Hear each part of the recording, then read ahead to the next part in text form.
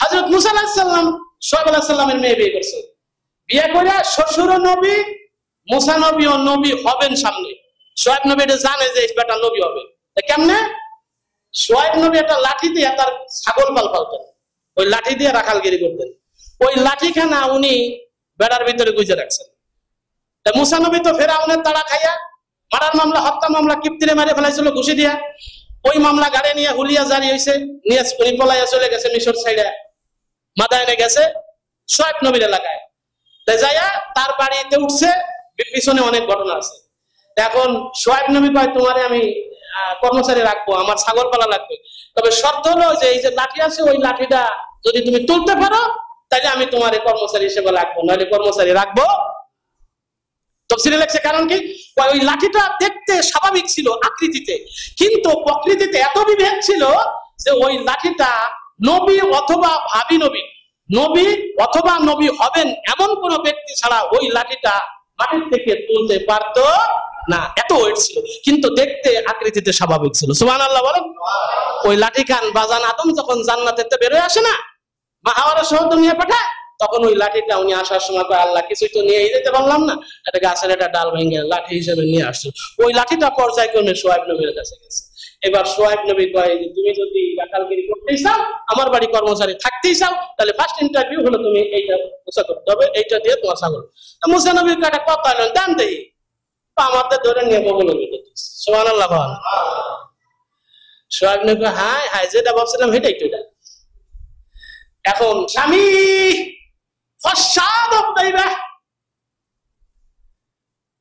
Hollywood বলিউডের king Salman Khan, Shahrukh খানের মতো স্বামী, স্ত্রীও মাশাআল্লাহ ক্যাটরিনা কাইফের মতো, শ্রীদেবের মতো, শ্রীদেবীর মতো, শরিয়া রায়ের মতো, কিন্তু সন্তান একটা ডেলিভারি হয়েছে হসপিটালে, দেখে সন্তানরা উলাইকা হুমুল আলকাতরা। স্বামী সুন্দর, স্ত্রী সুন্দর, স্ত্রীর পেটে সন্তান যেটা বাচ্চা হলো এটা কালো কুচকুচে হয়নিও, দেখছেন নিও তো একটা এরকম। তাদের ধারণাই ছিল স্বামী স্ত্রী দুইজন সুন্দর, আল্লাহ বাচ্চাও দেবে একটা সুন্দর, কিন্তু সন্তান হয়েছে কি? সন্তান হয়েছে কালো। আমি রহস্য করে বললাম উলাইকা হুমুল আলকাতরা, মাইন্ড করেন না। আল্লাহ কয় বান্দা সুন্দরের ভিতর থেকে কালো মার্ক আমি আল্লাহ দিতে পারি, এটা দেখাই দিলাম।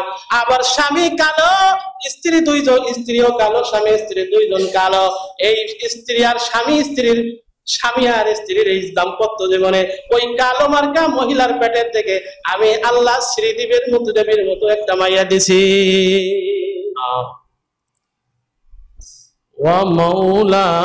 ومولانا محمدا عبده ورسوله الذي أرسله الله تعالى بالحق بشيرا ونذيرا وداعيا إلى الله بإذنه وسراجا منيرا أما بعد فأعوذ بالله من الشيطان الرجيم بسم الله الرحمن الرحيم هل أتى على الإنسان حين من الدهر لم يكن شيئا مذكورا صدق الله مولانا العظيم وقال النبي صلى الله عليه وسلم الكيس من دان نفسه وعمل لما بعد الموت والعاجز من أتبع نفسه وتمنى على الله أو كما قال النبي عليه الصلاة والسلام وصدق رسوله النبي الأمي الكريم ونحن على ذلك لمن الشاهدين والشاكرين والذاكرين والحمد لله رب العالمين وسلم تسليما كثيرا كثيرا. وقال تعالى في شان حبيبه إن الله وملائكته يصلون على النبي يا أيها الذين آمنوا صلوا عليه وسلموا تسليما. اللهم صل على سيدنا ونبينا وشفيعنا وحبيبنا ومولانا محمد صلى الله عليه وعلى آله وأصحابه وبارك وسلم. اللهم صل على سيدنا ونبينا وشفيعنا وحبيبنا ومولانا محمد صلى الله عليه وعلى آله وأصحابه وبارك وسلم. सूरज ने दिया अपने शुआ ओकाए पैगाम, सूरज ने दिया अपने शुआ ओकाए पैगाम, दुनिया है अजब चीज को भी सुबह को भी शाम, दुनिया है अजब चीज को भी सुबह को भी शाम, दुनिया में हो दुनिया का तलब दार नहीं हो, बाजार से गुजर हो खरीदार नहीं हो, बाजार से गुजर हो खरीदार नहीं हो। अल्हम्दुलिल्लाह, আল্লাহ পাকের দরবারে অসংখ্য শুকর ও সুজুদ যে মহান মালিক আমাদেরকে বিগত এক সপ্তাহ হায়াতে বাঁচায় রেখে জুমার দিনে আবার জুমার নামাজ আদায় করার উদ্দেশ্যে তার ঘরের ভিতরে দিয়েছেন, সেজন্য সর্বপ্রথম ওই মহান মালিকের শুকর আদায় করে সকলে মিলে বলি আলহামদুলিল্লাহ। পাশাপাশি লক্ষ কোটি দুরূদ ও সালাম হাবিবে কিবরিয়া আশরাফুল আম্বিয়া ইমামুল আম্বিয়া সাইয়্যিদুল আম্বিয়া শফি আজম রহমত আলম জনাবে মুহাম্মদুর রাসূলুল্লাহ সাল্লাল্লাহু আলাইহি ওয়াসাল্লামের উপর যার আগমনে আদার হচ্ছে মানবতার দিগন্তে নতুন সূর্যের উদয় হয়েছিল। উম্মতের মুক্তির জন্য যে নবী উম্মতেরই হাতে তায়েফের জমিনে রক্ত ঝরিয়েছেন, উহুদের ময়দানে দান্দান মোবারক শহীদ করে দিয়েছেন।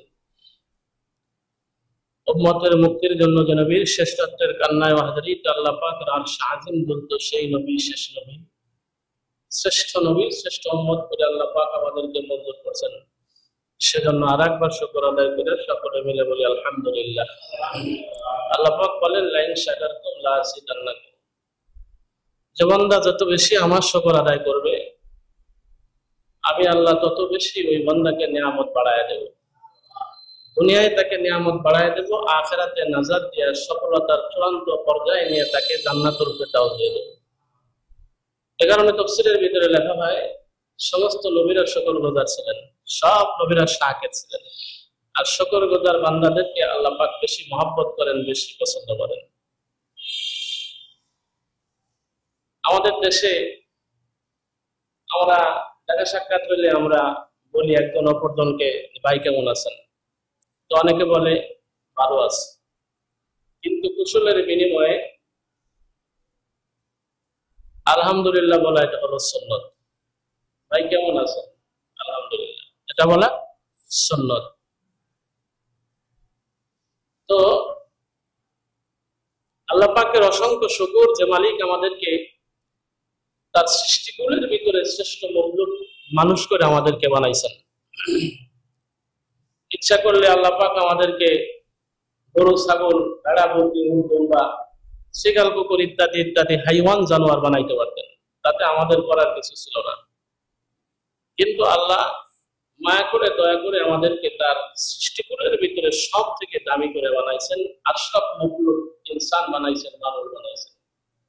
আবার এখানেই আল্লাহ পাক ক্ষান্ত হন নাই, আশরাফ মখলুক মানুষ বানাইয়া আবার আল্লাহ পাক তার শ্রেষ্ঠ নবী, শ্রেষ্ঠ রাসূল, তার বন্ধু, তার হাবিবের উম্মত আমাদেরকে বানাইছেন। বাশা কোশাম কে আদম উম্মতে তো গুনাহগার হাম ওয়ালাকিন খুশনসিবাম। গুনাহগার হইলেও আমরা মানুষ ভালো, গুনাহগার হইলেও আমাদের কপাল ভালো, আর চোর হইলেও আমরা মানুষ ভালো। কারণ আমাদেরকে আল্লাহ পাক তার হাবিবের উম্মত বানাইছেন। যে নবীর উম্মত হওয়ার জন্য পয়গম্বর ঈসা আল্লাহর কাছে অ্যাপ্লিকেশন দিয়েছেন। ফলশ্রুতিতে এই পৃথিবীর শেষ ভাগে আবার হযরত ঈসা নবী দুনিয়ায় আসবেন, তবে নবী হইয়া নয়, শেষ নবী মুহাম্মদুর রাসূলুল্লাহ সাল্লাল্লাহু আলাইহি ওয়াসাল্লামের উম্মত হইয়া। সুবহানাল্লাহ বলেন। পয়গম্বর ঈসাকে আল্লাহ হায়াত দিয়া বাঁচায় রাখছেন, হায়াত দিয়া আল্লাহ আসমানে উঠায় রাখছেন, আবার আসবেন পৃথিবীতে। আল্লাহ পাক তার বন্ধুর উম্মত করে শেষ ভাগে আবার দুনিয়ায় পাঠাবেন। এজন্য আল্লাহ পাকের শুকর বেশি বেশি আদায় করা। দুনিয়ায় অসংখ্য নিয়ামত রাজি আমাদেরকে দিচ্ছেন, সব থেকে বড় নিয়ামত যেটা আল্লাহ পাক আমাদেরকে দিচ্ছেন সেটার নাম হলো হায়াত। সেটার নাম কি? হায়াত। পৃথিবীর সব সম্পদ দিয়া, পৃথিবীর সব মাল দৌলত দিয়া 1 সেকেন্ড হায়াত ক্রয় করা সম্ভব না। 1 সেকেন্ড হায়াত ক্রয় করা সম্ভব না। পৃথিবীর সব মাল দৌলতের বিনিময়ে যদি মালাকুল মউত আজরাইলকে বলা হয়, ভাই আমার ব্যাংক ব্যালেন্স আছে 20 কোটি টাকা, নিয়ে যান।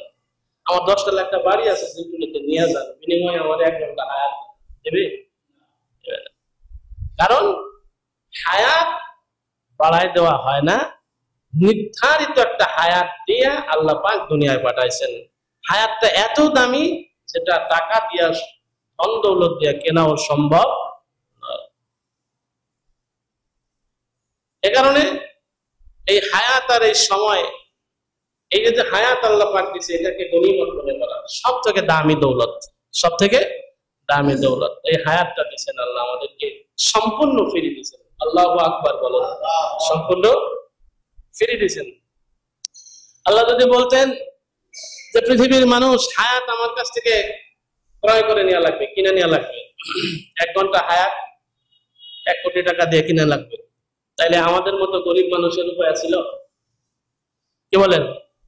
ফরিদপুরের শহরের কথা বলি, আমাদের এই ফরিদপুর শহরে যারা ধনী ধনী আছে, করিম গ্রুপ, হামিম গ্রুপ ইত্যাদি ইত্যাদি, আরো যারা ধনী লোকজন আছে, ওনারা সব হায়াত কিনা রিজার্ভ। আমাদের আর পৃথিবীতে 1 সেকেন্ড বাইসে থাকা সম্ভব হতো, কিন্তু আল্লাহ পাক তা না করে আল্লাহ পাক বলেন, বান্দা আমি সম্পূর্ণ তোমাদেরকে ফিরিয়ে দিয়েছি হায়াত। এত মূল্যবান হায়াত তোমাদেরকে আমি আল্লাহ ফিরিয়ে দিয়েছি, যে হায়াতটা 1 সেকেন্ড হায়াত, সারা দুনিয়ার মাল ও দৌলত সব দিয়া, কোটি কোটি টাকা দিয়া, কোটি কোটি ডলার দিয়াও 1 মিনিট হায়াত ক্রয় করা সম্ভব নয়। এটা দিলাম সম্পূর্ণ ফ্রি। বান্দা কি জন্য জানো নেই? ভাই তোমরা কি মনে করো 60 বছর, 70 বছর, 80 বছর, 100 বছরের হায়াত তোমাদেরকে ফিরে দিলাম কি জন্য জানো নেই? এমনি দিছি না? না, এমনি দেই নাই। কি জন্য দিছি জানো? আপা হাসিল তোমার নামা ফালাকনা কুমা বাসা। তোমরা কি মনে করো এমনি তোমাদেরকে 60, 70, 80 বছরের হায়াত আমি পাও ফিরে মাগনা দিলাম? না না, 60, 70, 80 বছর, 100 বছরের হায়াত আমি তোমাদেরকে পাও ফিরে মাগনা দেই নাই। আমি তোমাদেরকে এই জন্য দিছি, লম্বা একটা হায়াত তোমাদেরকে দিছি আমি আল্লাহর গোলামি করার জন্য। আমি আল্লাহর গোলামি করার জন্য লম্বা একটা হায়াত দিয়েছি। 60 বছর, 70 বছর, 80 বছর, 100 বছর হায়াত আমি তোমাদেরকে দিয়েছি। এই হায়াতে আমি আল্লাহ 24 ঘন্টায় আবার তোমাদেরকে ইবাদত আমার করার জন্য বলি নাই। তাইলে তোমাদের সংসার চলবে না, তাইলে তোমাদের খেতি চলবে না, তাইলে তোমাদের অফিস চলবে না, তাইলে তোমাদের আদালত চলবে না, তাইলে তোমাদের সমাজ চলবে না, তাইলে তোমাদের রাষ্ট্র চলবে না। আমি আল্লাহ 24 ঘন্টায় এ কারণে আমার ইবাদতে নিমগ্ন থাকার জন্য আমি আল্লাহ নির্দেশ দেই নাই।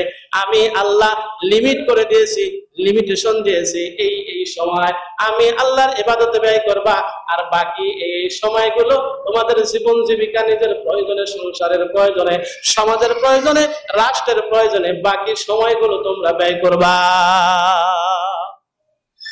এই আমার দিকে দেখেন, আল্লাহ যদি বলতেন যে 24 ঘন্টাই আমার ইবাদত করা লাগবে, তাহলে না করলে এনিহাউ 24 ঘন্টা আমার ইবাদত করা লাগবে, না করলে পানিশমেন্ট, তাহলে আমাদের করার কিছু ছিল?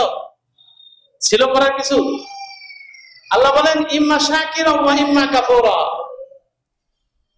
তুমি শুকরগুজারও হইতে পারো আর অশুকরগুজারকারীও হইতে পারো, কৃতজ্ঞ হইতে পারো অকৃতজ্ঞ হইতে পারো, এটা তোমার ইখতিয়ার, ইচ্ছা, স্বাধীনতা দিছি তোমাকে। আমি 24 ঘন্টাই যদি ইবাদতের নির্দেশ করতাম আর বলতাম যদি এনি হাউ 24 ঘন্টাই ইবাদত করা লাগবে, যে করবি না তাকে পানিশমেন্ট দেবো, তোমাদের বান্দা কিছুই করার ছিল না।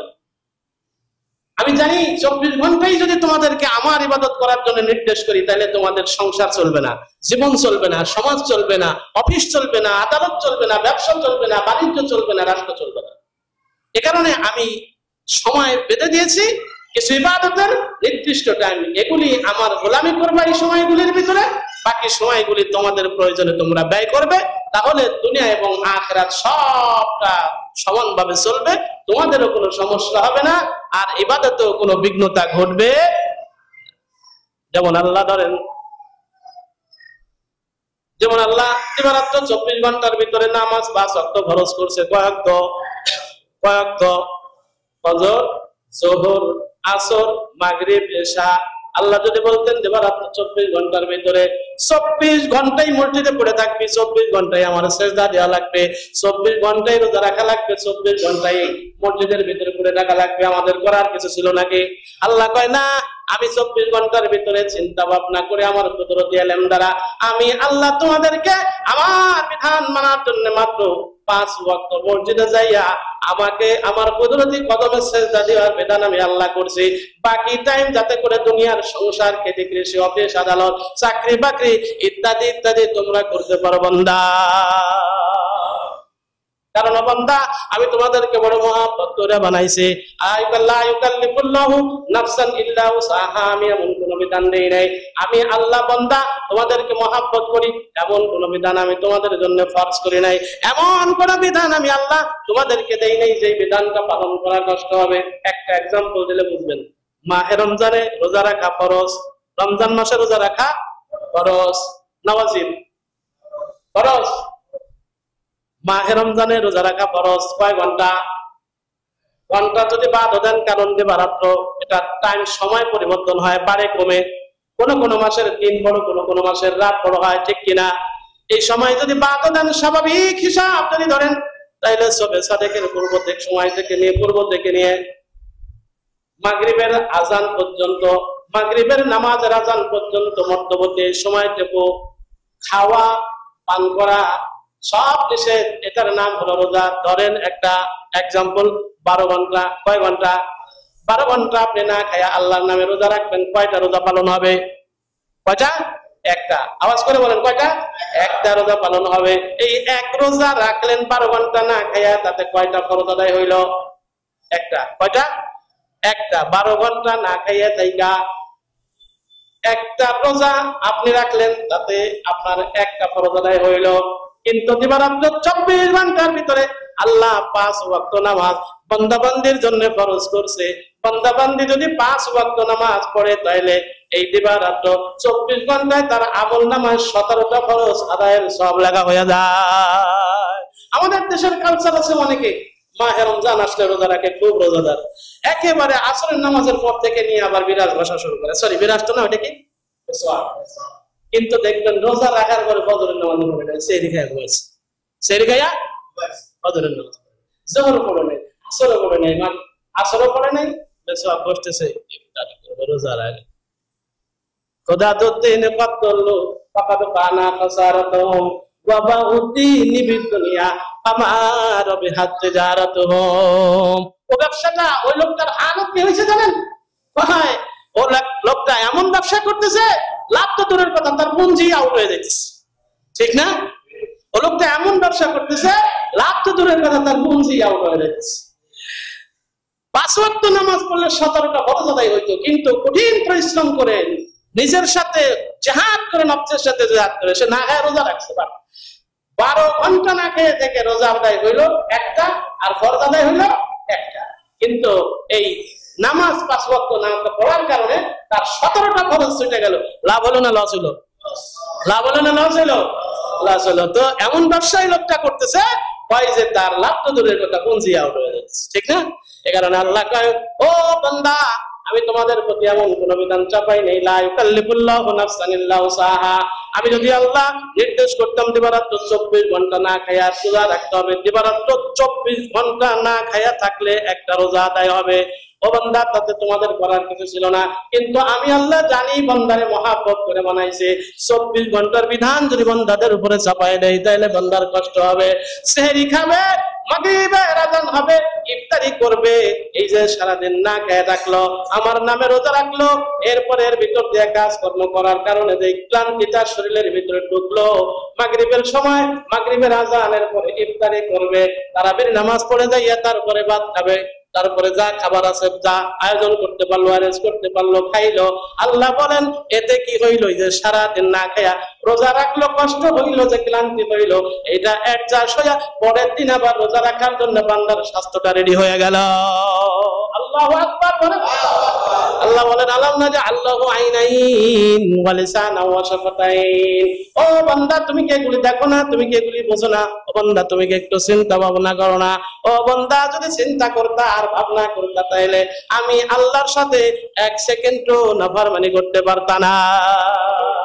আমার মাওলানা বাইকে বলো, বান্দা কাইফা তাকফুরুনা বিল্লাহি ওয়া কুনতুম আমওয়াত ফা আহইয়াকুম সুম্মা ইউমীতুকুম সুম্মা ইউহয়ীকুম সুম্মা ইলাইহি তুরজাউন। বান্দা, তুমি ছিলে মৃত্যু, তোমার কোনো অস্তিত্ব ছিল না, তুমি ছিলে মৃত্যু, মানে তোমার কোনো অস্তিত্বই ছিল না। ও বান্দা, তুমি কোন বাবার ঘরে আসবা, কোন মায়ের রেহেমের ভিতরে, মাতৃ রেহেমে তুমি আসবা, নিজেও তুমি জানতা না। তোমার দাদার নাম কি হবে তুমি জানতা না, তোমার দাদির নাম কি হবে বান্দা তুমি জানতা না, তোমার শ্বশুরের নাম কি হবে জানতা না, তোমার শাশুড়ির নাম কি হবে জানতা না, এমনকি তোমার স্ত্রীর নাম, স্ত্রী কি হবে তাও তুমি জানতা না, স্ত্রীর নামও জানতা না।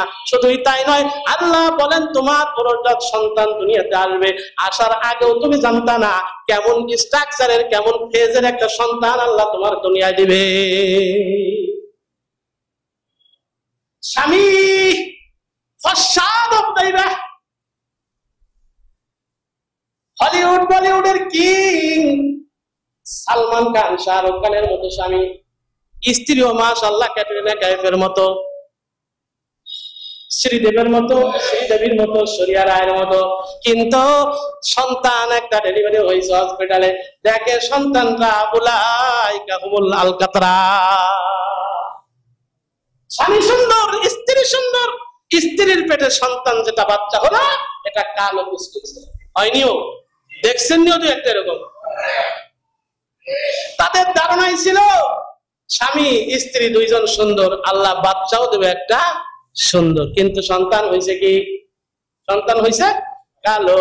আমি রহস্য করে বললাম উলাইকা হুমুল আলকাতরা, মাইন্ড করেন না। আল্লাহ কয় বান্দা, সুন্দরের ভিতর থেকে কালো মার্ক আমি আল্লাহ দিতে পারি, এটা দেখাই দিলাম। আবার স্বামী কালো, স্ত্রী দুইজন, স্ত্রীও কালো, স্বামী স্ত্রী দুইজন কালো। এই স্ত্রী আর স্বামী, স্ত্রীর স্বামী আর স্ত্রীর এই দাম্পত্য জীবনে ওই কালো মার্কা মহিলার পেটের থেকে আমি আল্লাহ শ্রীদেবীর মতো, দেবীর মতো একটা মাইয়া দিছি। পারেনি আল্লাহ? কথা বলেন পারে? আগে পারতো, এখন তো আর পারে না। এখনো পারে, এখন পারবেন, আগামীতেও পারবেন, কিয়ামত পর্যন্ত পারবেন, এরপরেও পারবেন। কারণ আল্লাহ বলেন ওয়াল আউয়ালু ওয়াল আখিরু ওয়াল যাহিরু ওয়াল বাতিন ওয়া হুয়া বিকুল্লি শাইইন আলীম। আমি আল্লাহ আগেও পারতাম, এখনো পারি, কিয়ামত পর্যন্ত পারবো, এরপরেও পারবো, কারণ আমি আল্লাহ আর কোনো ভয় নাই। সুবহানাল্লাহ বলে।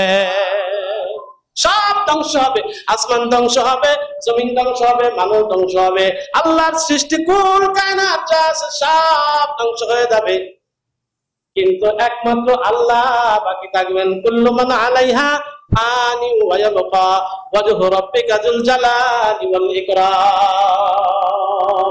আসমান শেষ, জমিন শেষ, পাহাড় শেষ, পর্বত শেষ, বিল্ডিং শেষ, দালান কোঠা, ঘর বাড়ি, মানব দানব যা আছে সব ধ্বংস হয়ে যাবে, একমাত্র বাকি থাকবেন আপনার আর আমার আল্লাহ।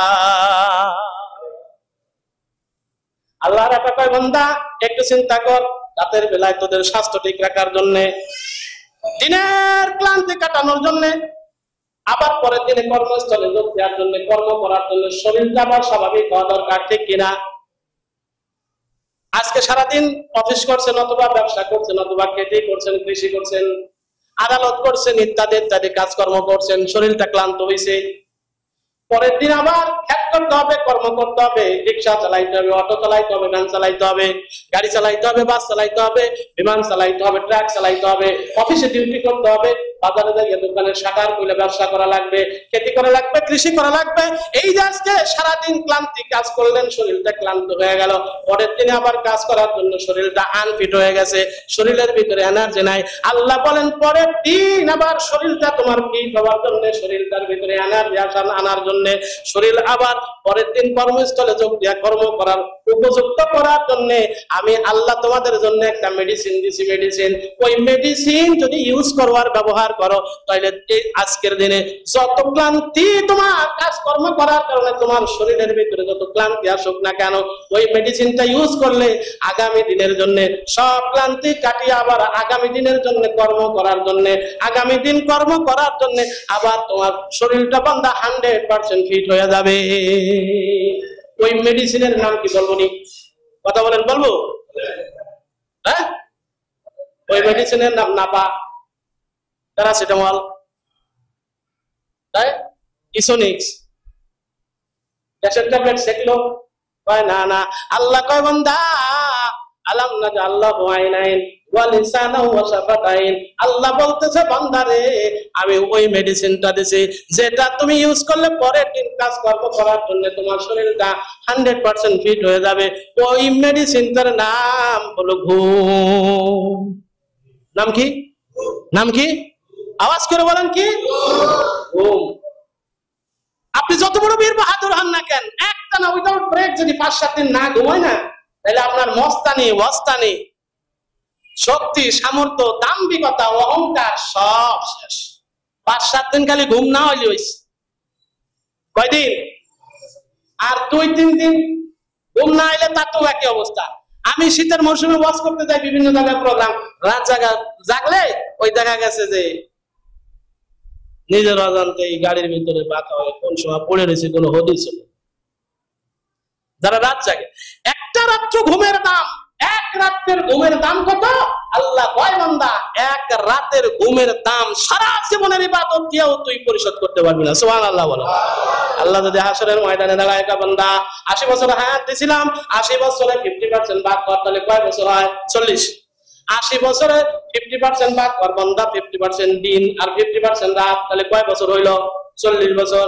আল্লাহ বলে বান্দা 40 বছর যে ঘুমাইলি, এই 40 বছরের ঘুমের দাম নয় আমি আল্লাহ তোর কাছে একটা রাতের ঘুমের দাম চাইতেছি।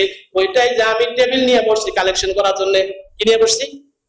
ওই আমার দিকে দেখেন, কি নিয়ে বসছি? টেবিল নিয়ে বসছি কালেকশন করার জন্য। আপনারা মনে হয় দেখেন নাই? আমাদের দেশে অনেক ভাই ব্রাদার আছে, রাগ করেন না, ছেলেটারে মুসলমানি দিয়ে তারপরে টেবিল নিয়ে এটা বসে কালেকশনের জন্য। আসেনিও এই জায়গা নাই থাকলেও সামনের দিনে আর এটা করা যাবে। ছেলে একটা মুসলমানি দিয়া 3 লাখ টাকা দিয়া গরু 2টা না জমা করে রান্না বাড়া করে আত্মীয় স্বজন এলাকাবাসী প্রতিবেশীকে দাওয়াত করে খাওয়ানো, এটা হলো সুন্নাত মুআক্কাদা। কথা কয় না? সুন্নাত। আর খাওয়ানোর পরে টেবিলটারে পাইতে কালেকশন করা, এটা হলো ওয়াজিব।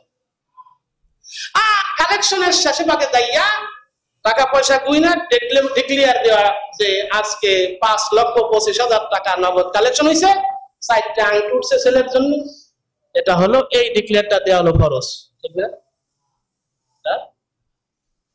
আল্লাহু আকবার। মুসলমানি প্রথম নিচে কে জানেন? মুসলমানি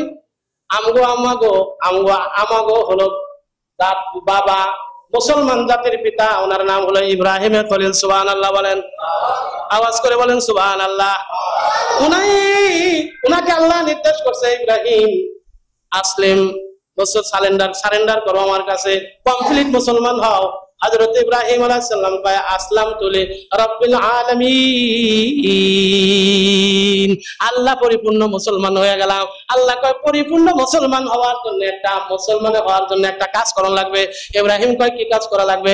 আল্লাহ কয় মুসলমানি না লাগবে। হযরত ইব্রাহিম আল্লাহর সাথে কথোপকথন করতেছে মোবাইল, হ্যালো আল্লাহ মুসলমানি কেমনে নেবো, আমি তো বুড়া মানুষ হয়ে গেছি। আল্লাহ কয় কথা কস না, আমার বিধান পালন করার জন্য বুড়া আর বুড়ার কোনো নিয়ম নাই, নির্দেশ করছি পালন কর। সুবহানাল্লাহ বলেন। ইব্রাহিম নবী মুসলমান হয়ে গেছেন। ইব্রাহিম নবী মুসলমানি নিয়ে মুসলমান হয়েছেন ইব্রাহিম নবী, মুসলমানি নিয়ে তারপরে গরু 3টা জব দিয়া, এরপরে ডেকসি দিয়া রান্না কইরা টেবিল নিয়ে কালেকশনে বসছে নাকি? কথা কয় না? বলেন হুজুর এত বড় বড় ফতোয়া দেন নাকি আপনি? আপনি কি খান না? 2-1 জায়গা মুসলমানি খাবো না তাই কি করবো? আমরা তো খাইলেও জ্বালা, না খাইলেও জ্বালা। আবার যদি না খাই তাহলে চাকরি ওঠে না, ফতুয়া তো দিয়াই যাবে না, ফতুয়া দেয়া যাবে। শেষে খাওয়ার সময় কি করি জানেন? বাবু বাবু কইলে তো আমাকে কোমর ফাঁস হয়ে যাবে। আমরা কই ওয়াজ নসিহত কইরা মালাই না ইল্লাল বালা, আমরা যা কইলাম আপনার কাছে পৌঁছে দিলাম, আপনারা মানেন। আমরা কি করতেছি ওই দিন ওইগুলো? আর আমরা খাওয়ার সময় কই কি, মুসলমানের দাওয়াত তো দিছেই, দেওয়ার পরে নামাজ পড়ায়, তারপরে বাইরে চলে যাইতে দেখি পাশ কাটায় দেওয়া যায়। এক অক্ত করে বসতো না খাইলে কি হবে, মনটারে বুঝ দিছি না যাইস কামটা করবো। আচ্ছা তা যাই বাইরে, এখন সেক্রেটারি সাহেব ডাকতেছে, হুজুর কই যান? মনে করে সভাপতি সাহেব যদি ডাক দেয়, হুজুর কই যান? না খাই তাহলে না খাই যার খাইতে আছে উপায় আছে? তো গেলাম বসলাম, এবার খাবার বসে কি করলাম, মনে মনে আস্তাগফিরুল্লাহ আস্তাগফিরুল্লাহ, আল্লাহ নাজায়েজ কাম করবা লাগছে, আপনি আমারে মাফ করে দেন আল্লাহ, এই যে আমি যাই না শুনে বিষ খাইতেছি, আল্লাহ মাফ করে দেন। ওই সময় খাবার সময় বিসমিল্লাহ কই না, কারণ বিসমিল মারেন তাতেও কি সওয়াব হয়? বিসমিল্লাহ বলে বউরে মারলে সওয়াব হয়? বিসমিল্লাহ বলে ভালো ভালো কাজ করলে সঙ্গে সঙ্গে আমল নামার ভেতরে আল্লাহ 190টা নেক উঠায় দেয়। কয়টা? এখন এই যে আমরা পন্ডিতে বাদ আছে, না খাইলেও উপায় নাই, খাইলেও জ্বালা, না খাইলেও, খাইলে জ্বালা, না খাইলে মহা জ্বালা, জ্বালা জ্বালাই জ্বালা। ওই যে হযরত মুসা আলাইহিস সালাম শুআয়ব আলাইহিস সালামের মেয়ে বিয়ে করছে, বিয়ে করে শ্বশুর নবী, মুসা নবী ও নবী হবেন সামনে। শুআয়ব নবী এটা জানে যে এই বেটা নবী হবে। কেমনে? শুআয়ব নবী একটা লাঠি দিয়ে তার ছাগল পাল পালতেন, ওই লাঠি দিয়ে রাখালগিরি করতেন। ওই লাঠিখানা উনি বেড়ার ভিতরে গুজে রাখছেন। মুসা নবী তো ফেরাউনের তাড়া খাইয়া মারার মামলা, হত্যা মামলা, কিপ্তিরে মেরে ফেলাইছিল ঘুষি দিয়া। ওই মামলা গাড়ি নিয়ে হুলিয়া জারি হয়েছে, নিয়ে উনি পলাইয়া চলে গেছে মিশর সাইডে, মাদায়েনে গেছে শুআয়ব নবীর এলাকায়। যাইয়া তার বাড়িতে উঠছে, পিছনে অনেক ঘটনা আছে। এখন শুআয়ব নবী কয়, তোমারে আমি কর্মচারী রাখবো, আমার ছাগল পালা লাগবে, তবে শর্ত হলো যে এই যে লাঠি আছে ওই লাঠিটা যদি তুমি তুলতে পারো তাহলে আমি তোমার কর্মচারী হিসেবে রাখবো, নাহলে কর্মচারী রাখবো। তফসিরে লেখছে কারণ কি, ওই লাঠিটা দেখতে স্বাভাবিক ছিল আকৃতিতে, কিন্তু প্রকৃতিতে এত বিভেদ ছিল যে ওই লাঠিটা নবী অথবা ভাবি নবী, নবী অথবা নবী হবেন এমন কোন ব্যক্তি ছাড়া ওই লাঠিটা মাটির থেকে তুলতে পারতো না, এত ওয়েট ছিল, কিন্তু দেখতে আকৃতিতে স্বাভাবিক ছিল। সুবহানাল্লাহ বলেন। ওই লাঠি খান বাজান আদম যখন জান্নাতে বেরোয় আসে না, মা হাওয়ার সহ দুনিয়া পাঠায়, তখন ওই লাঠিটা উনি আসার সময় কয়, আল্লাহ কিছুই তো নিয়ে যেতে পারলাম না, একটা গাছের একটা ডাল ভেঙে লাঠি হিসেবে নিয়ে আসছো। ওই লাঠিটা পর্যায়ক্রমে শুআয়ব নবীর কাছে গেছে।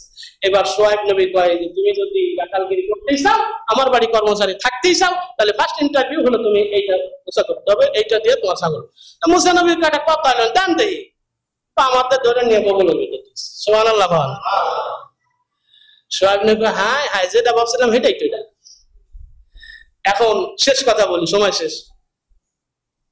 শুআয়ব নবী কয় বাড়ির পূর্বে পশ্চিমে, এবং এটা হলো দক্ষিণ, পূর্ব পশ্চিম দক্ষিণ 3 পাশে যাবা, 3 সাইডেই মাঠে ছাগল চড়াইতে যাবা, কিন্তু সাবধান তুমি কিন্তু বাড়ির উত্তর পাশের মাঠে যাবা না। উনি কয় কেন উত্তর পাশে যাবো না কেন?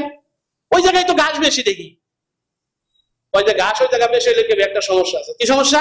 ওই জায়গা বিশাল একটা অজগর আছে, ওইখানে যে যায় তার ছাগল সহ তারের সহ অজগরে গিলে খায় ফেলায়, সাবধান ওই পাশে যাবা না। ও বুঝছি, এই জন্য বোধহয় রাখাল ওই পাশে যায় না, আর এই কারণে ঘাস ওই জায়গা বড় বেশি হয়েছে। শুধু ঘাস আর ঘাস, বলেন ঘাস আর, ওই যে উনি বললো জ্বালা আর জ্বালা, এই জন্য ঘাস আর ঘাসের কথা মনে করছে। ওই পাইতে খাওয়ায়, পূর্বে খাওয়ায়, পশ্চিমে খাওয়ায়, দক্ষিণে খাওয়ায়, ঘাস নাই তো সবাই এক জায়গাতে ছাগল চড়ায়। ওনার ছাগলের পেট ভরে না, প্রথম দিন চড়ায় কোন রকমে নিয়ে এটে আইসা, দ্বিতীয় দিনে দেখি অজগর মজগর দেখ পানে পরে উত্তর পাশে যায়। উত্তর পাশে যায়, ছাগল ছাড়ছে, ছা গেলেও তো না খাওয়া ছাগল ঘাসও পাইছে, ওরা কি আর কোন ওয়াজ শোনে? কথা বলেন শোনে? ছাগল এমন জাতের জাত, ওরা খায় না দুনিয়ায় এমন কোনো কিছু নেই, মানুষও কামড়ায় খায় লাই দেয়, ঠিক না? তো খাইতেছে, মুসা নবী কয় অল্প টাইমেই আশা করি ইনশাআল্লাহ ছাগলের পেট করে যাবে না, আজকে ইজিলি তাড়াতাড়ি বাসায় করে চলে যেতে পারবা না, তাহলে ওরা খাক, আমি একটু রেস্ট করি। হাতের লাঠিটা মাথার নিচে দিয়ে বালিশ বানায় কাইতে শুইছে, ডিপলি ঘুম। সুবহানাল্লাহ বলেন না, একটাকে ঘুমাইতেছে। যখন ঘুমাইতেছে অজগর টের পাইছে ছাগল আইছে, মানুষ আইছে, ঘেরান পায়, ঘেরান হুঙ্কার দিয়ে আসছে, হুঙ্কার দিয়ে আসছে বিশাল বড় অজগর। ছাগল খাবে, মুসারে খাবে, তফসিরের ভিতরে লাগে হযরত মুসা লাঠিটা মাথার ভিতরে দিয়া ঘুমায় রইছে, নাক ডাকতেছে। অজগর যখন আসছে লাঠিটা আলটিমেটলি মাথার ভিতর থেকে বের হইয়া যাইয়া বিশাল বড় অজগরকে পিটাইয়া তুলারাম কলেজে পাঠাই দিছে। সুবহানাল্লাহ বলেন। এমন দুলাই দিছে যে ময়রা ভেটকাই রইছে, লম্বা হয়ে ঠামে পড়ে রইছে। মুসা নবী তো ঘুমাইতেছে। আল্লাহু আকবার বলেন। ঘুম থেকে জাগছে, লাঠি নাই, কিন্তু লাঠি গেল গো। আগায় আগায় উত্তরে দিক দেখে বিশাল বড় অজগর পড়ে রয়েছে, একেবারে সোজা হইয়া টান টান হইয়া, পাশেই লাঠিটা পড়ে রয়েছে। হযরত মুসা ডান হাত দিয়া লাঠিটা তুইলা এরপরে বগলের ভিতরে রাইখা কয়, হায় হায় রে আমার কিম্মতি লাঠি, হায় হায় রে আমার কিম্মতি লাঠি। সুবহানাল্লাহ বলেন। এ কারণেই তো এই লাঠিটা তোলার জন্য আমার সোহাগ নবী বলছিল নিশ্চয়ই এইটা আমার ভবিষ্যতে কাজে লাগবে। সেই লাঠি দিয়েই হযরত মুসা 1 লক্ষ ফিরাউনের পাড়াটিয়া জাদুকরের সঙ্গে মিশরের স্টেডিয়ামে মোকাবেলা করছে। আল্লাহু আকবার বলেন। আল্লাহ তাআলা আমাদেরকে বেশি বেশি করে আল্লাহর হুকুম পালন করার তৌফিক দান করুক। সুবহানাল্লাহ, সকলে বলি আমিন।